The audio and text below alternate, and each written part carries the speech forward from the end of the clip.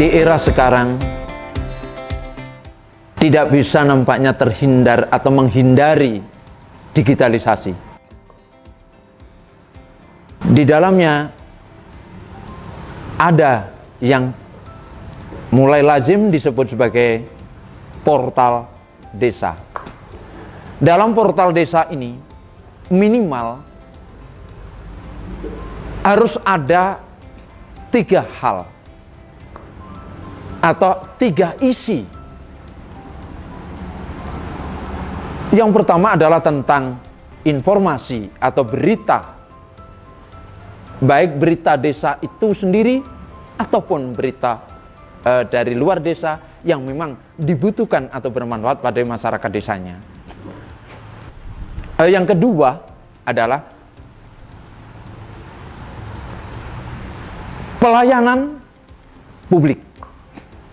Bagaimana di portal desa itu juga bisa berisi pada fitur-fitur yang untuk melayani publiknya atau masyarakatnya. Dan yang ketiga, portal desa ini juga harus memberikan informasi tentang regulasi atau perundang-undangan, baik produk undang-undang yang desa itu sendiri maupun perundang-undangan pemerintah di atasnya.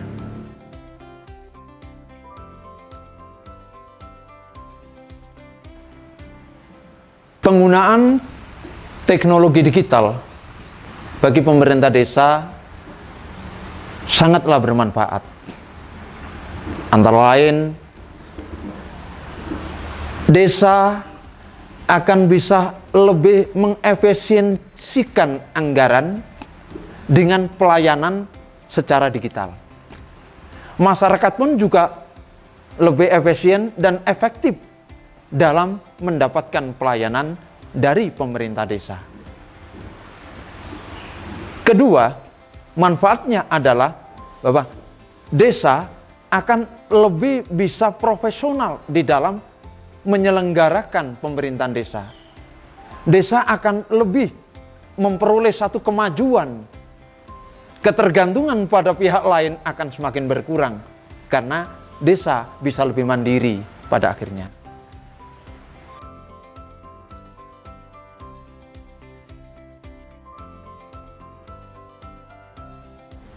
Dengan menggunakan digitalisasi atau memprogramkan digitalisasi desa, maka ada beberapa manfaat yang bisa diperoleh. Di antaranya adalah akan bisa menyetarakan antara kehidupan masyarakat desa dan kota, sehingga tidak terjadi lagi dikotomi antara desa dan kota. Yang ketiga manfaatnya adalah akan bisa menghilangkan kesenjangan dengan pola hidup tradisional dan modern, kesenjangan antara masyarakat desa dan kota. Yang terakhir adalah akan bisa memajukan ekonomi desa. Karena dengan digitalisasi, kegiatan ekonomi masyarakat pun akan bisa dipacu dengan lebih baik.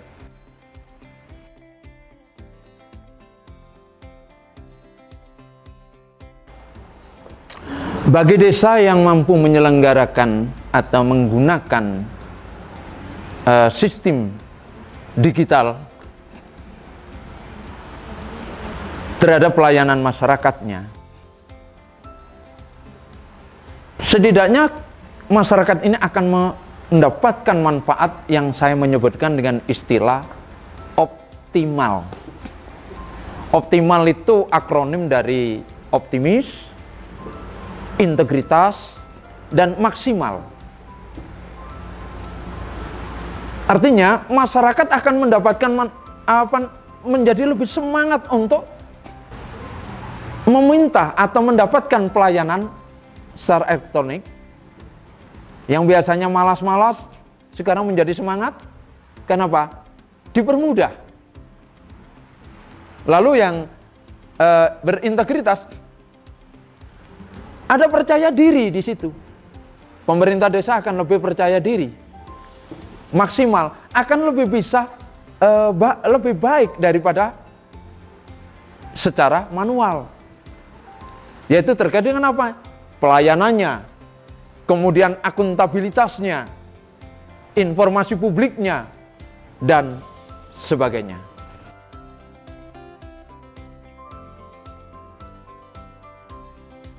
Manfaat data digital bagi pemerintah desa, masyarakat desa adalah pertama, sistem pelayanan menjadi lebih mudah, sistem informasi menjadi lebih cepat, pengelolaan administrasi menjadi lebih gampang, kemudian sistem pelaporan desa ke atas itu juga menjadi lebih cepat dan mudah. Kemudian bagi masyarakat, bagi pemerintah desa juga akan bermanfaat pada apa? Transparansi dan akuntabilitasnya. Dengan data digital ini memungkinkan pemerintah desa lebih bisa transparan pada rakyat dan lebih bisa bertanggung jawab atas kinerjanya terhadap rakyatnya.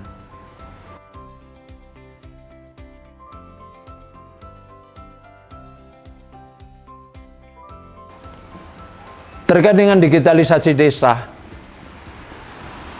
yang bermula dari bagaimana sistem informasi publik itu bisa lebih transparan, lebih cepat, akurat, dan sebagainya.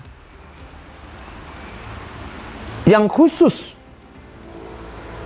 kepada desa, kita dapat melihatnya pada Peraturan Menteri Dalam Negeri nomor 2 tahun 2017. Di situ yang mengatur dengan standar pelayanan masyarakat dan juga terhadap transparansi pada publik ini ada di peraturan Komisi Informasi nomor 1 tahun 2018. Dari dua ini, di situ dimunculkan bahwasanya apa? Bahwa pelayanan pada publik ini, informasi publik ini harus cepat, akurat, dan nah inilah menjadi embrio daripada kebijakan terhadap digitalisasi dia. Mulai dari ada portal desa, baik itu yang di beberapa digitalisasi yang diproduk dari Kementerian Dalam Negeri maupun Kementerian Desa, juga dari banyak stakeholder yang juga memproduk digitalisasi ini.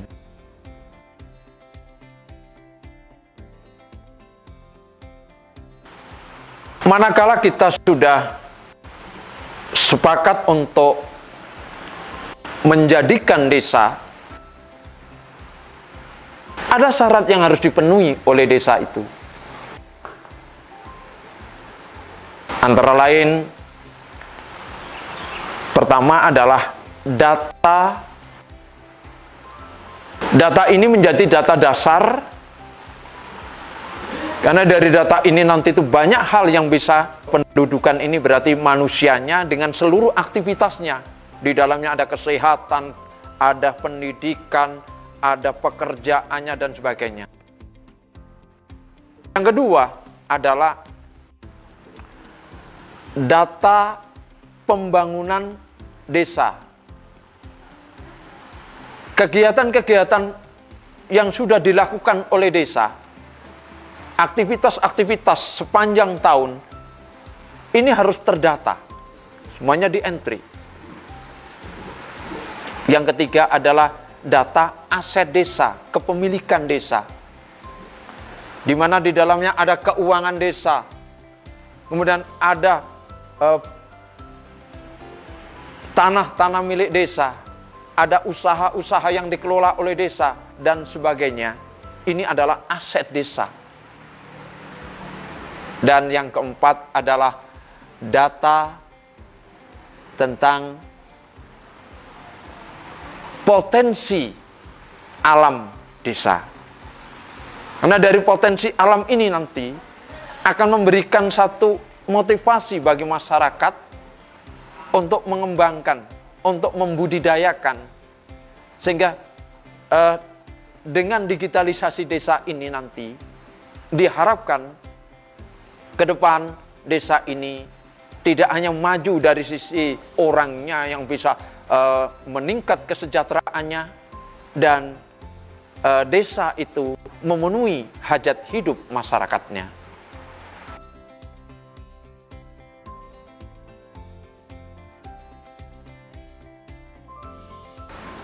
Dalam rangka digitalisasi desa, ada beberapa prinsip yang harus dijadikan penggerak yang bisa menggerakkan digitalisasi ini nanti sukses. Di antaranya adalah potensi dasar penduduk,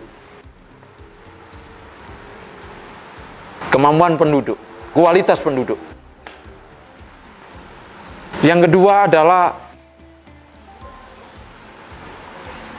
informasi generik atau informasi dasar yang ada di desa itu, yang dimiliki desa itu, atau disebut dengan data dasar. Yang ketiga, bagaimana data ini platform itu data yang bisa dikembangkan. Yang berikutnya adalah mudah diserap, mudah dilaksanakan, mudah dioperasikan. Misalnya dengan menggunakan aplikasi yang bisa dipakai oleh masyarakatnya. Berikutnya adalah data ini sebisa mungkin harus satu data untuk semua, one entry. Tidak perlu nulis berulang-ulang, satu kali kita entry, semuanya sudah bisa dimanfaatkan untuk banyak hal. Ini. Lalu selanjutnya adalah data ini bisa dikembangkan berkelanjutan. Prinsip berikutnya adalah data ini bisa dipakai dan dioperasikan oleh banyak orang. Ya, menggunakan dari sistem aplikasi itu adalah salah satu contoh. Tidak harus perangkat desa atau di desa saja yang mengentry, tetapi masyarakat juga sudah bisa. Ini